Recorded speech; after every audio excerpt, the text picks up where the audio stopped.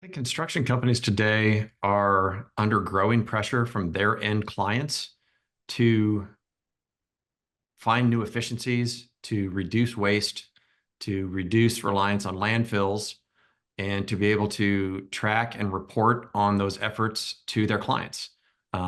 Big household names like IKEA and Amazon and Ford have set very aggressive public goals when it comes to zero waste and reducing carbon.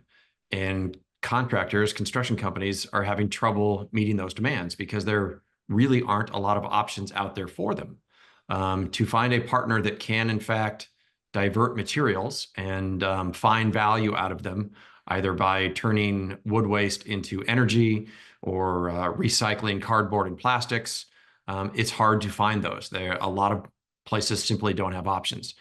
If they do find a vendor that will divert materials for them, the next challenge is then documenting that and providing reporting on that and validating how much material was diverted. Where did it actually end up?